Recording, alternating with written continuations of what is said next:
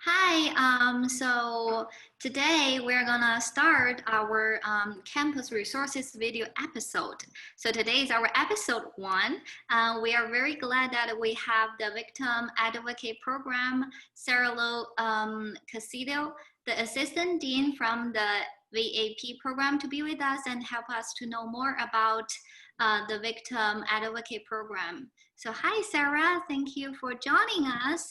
We're very happy to have you today. So we just want to take some time and to know more about the VAP program. So could you just start with some brief introduction about our program, about you, about everything?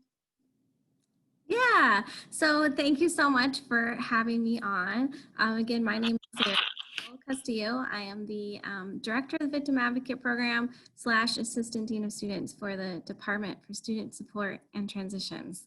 And basically what we do is we work with any student, faculty, or staff member who has been a victim of a crime. We also work with secondary victims, so that would be friends and loved ones of primary victims. So if you've been impacted by a crime or a crisis situation that has occurred in some way, then that's what Victim Advocate Program is here for. I see. So how does this like VAP work? Like, is it 24/7? Is it free service open for every student and stuff? Yeah, good questions. So we are 24/7. That makes us very unique. Pretty much only FSUPD is the only like crisis response type of service that's available 24/7 on FSU campus. And you can call us by using our hotline number, which is 850-644-7161. That number is 24/7, nights, holidays, weekends as well. We also have an email address, which is victims-advocate@fsu.edu. That one I cannot promise 24-hour response because that's contingent on one of us being awake to watch for it, but we are 24/7. We are also free, definitely. We are a free service for all FSU students, faculty, and staff. So we work a lot with students, but we also work with any faculty or staff members who have been impacted. We can also work with students or with individuals who have been victimized by an FSU student. So maybe they don't go to school here, maybe they go to school at TCC or FAMU, or they're not affiliated with any university, but they've been victimized by an FSU student. If they've been victimized at an FSU event on FSU campus, then we can also work with them. So you don't have to just be a student in order to receive our services. That is who we work with the most, is FSU students, but we are free and we are also confidential. So what that means is that we do not have Title IX, law enforcement, or any other entity unless you say you're going to harm yourself or harm someone else. That's the golden rule for confidentiality, but we're also confidential. So 24/7, free, and confidential. That's very, very important information. Very nice keywords, like conclusion. Thank you so much. So I also have some follow-up question about like, what do you think, like under what circumstances, like students or like staff or any people that affiliated to FSU campus, like under what circumstance they should report or contact you? Yeah, so I would say if a student, faculty, staff member, if somebody's being impacted by a situation, and that could be, like I said, we work specifically with victims. So whether that is a battery, a robbery, harassment, that we see a lot of that, unfortunately, harassment type situations where maybe it didn't even happen on campus, but somebody has come up to you at another store, they've harassed you, they've said mean things to you. And what that has done is that's impacted your life somehow, right? And so if it's something that has impacted you, maybe you need to follow up with somebody, you want to know what your options are as far as reporting that, maybe it's impacted your academics, something like that, then that's when Victim Advocate is a perfect place to come. Of course, we also work with the whole spectrum of victimization. So from harassment, battery, robbery, theft, and then of course with all of the sexual misconduct victimization. So stalking, relationship violence, domestic violence, sexual assault, sexual battery, any of those types of situations as well. And what we are good for, what we're here for, and part of the reason we're a 24-hour service is we can provide support to students, faculty, staff, anyone impacted, 24/7. So if something happens in the middle of the night, like let's say you're walking home to your apartment and somebody tries to rob you and you end up falling and hitting your head on the cement, right? Mhm. So we are available for you to call us in the middle of the night. We can help you get letters out to professors because you're probably not going to feel great getting to class the next day.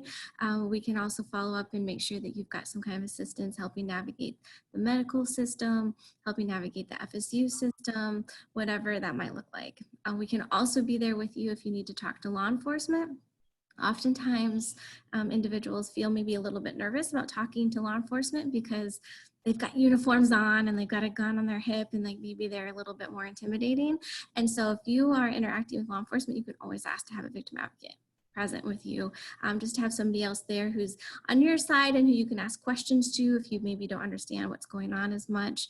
And so closely with FSUPD frequently for that very reason. They are great at calling us out if they have a situation that's occurred on campus, so that we can be there with the student and provide them with support. So those are Yeah, Sarah, you just touched a very important point. Like for me personally, as an international student, it is very hard for me to actually reach out to the law enforcement, even though we know they are very willing to help. But sometimes it's just easier for us to navigate it with someone with us. That like VIP program, like if you can navigate that with me, that would be wonderful because it could help me to walk through those process and be more confident and more secure at that time. Yeah, thank you. That's very important information. So absolutely. what are the general steps like students should expect after they contact you? So that's going to depend a lot on the situation. So we have some situations with students where we have a lot we need to work on, right? So sometimes we have, once the student's been in contact with us, maybe they've got medical follow-up, maybe we've got letters to professors, maybe we've got to try to figure out your housing situation.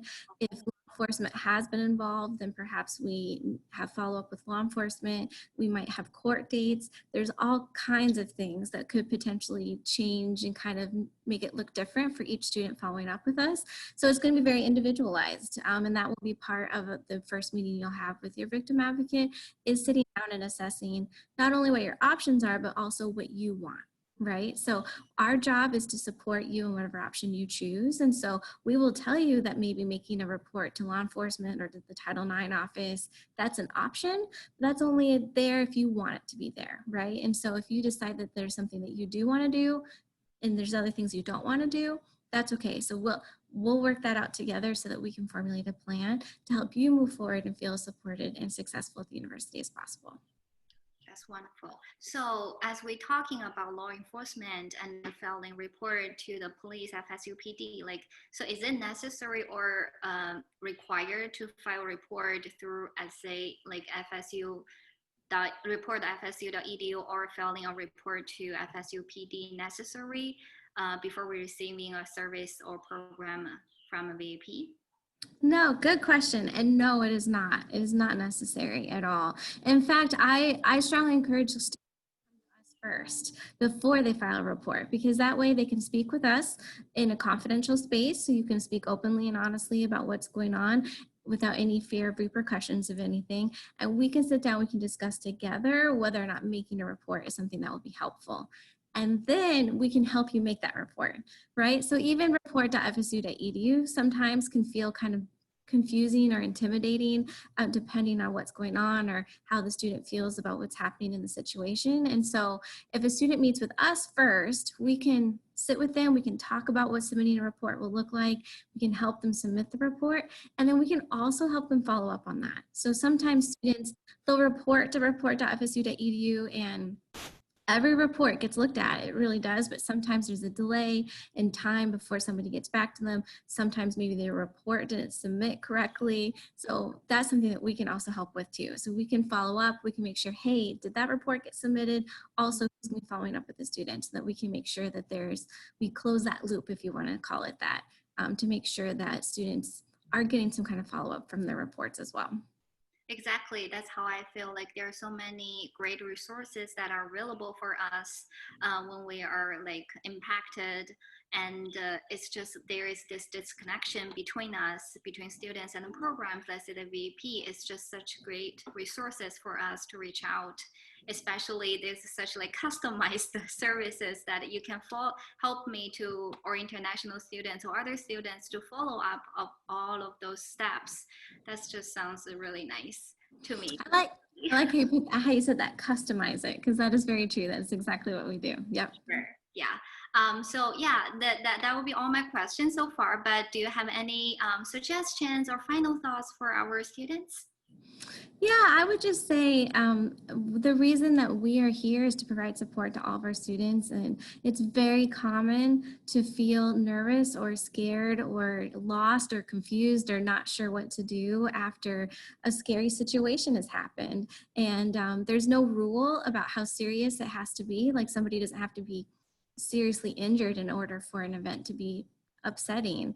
And that's what Victim Advocate is here for, is to help students navigate not just the university system, but potentially the criminal justice system, potentially all the systems if need be. And so I think I think this is great, just to get the word out there and let students know that there are resources that are there to support them, because it's an intimidating thing when bad things happen. And so we're here to support them. And the only other little resource that I will put out there, just from an advocate perspective, is the Tallahassee Police Department has a really fabulous crime statistics map on their website. And that's at talgov.com, so talgov.com. And so I recommend all my students, honestly, to look there, but that's a good way to kind of figure out what parts of the city are, maybe have some more crime statistics than other parts of the city. And for students, especially international students, because you for sure have not lived in Tallahassee before, it's a great place to go and try to navigate the city a little bit better, at least with some more knowledge and insight as well. So Yeah, safety issues always comes to the first for us to think about, and that would be really wonderful resources for us to check it out. Thank yeah, you so much. of Thank you for course. joining us today and letting us know so much about VAP program. Thank you. Thank you.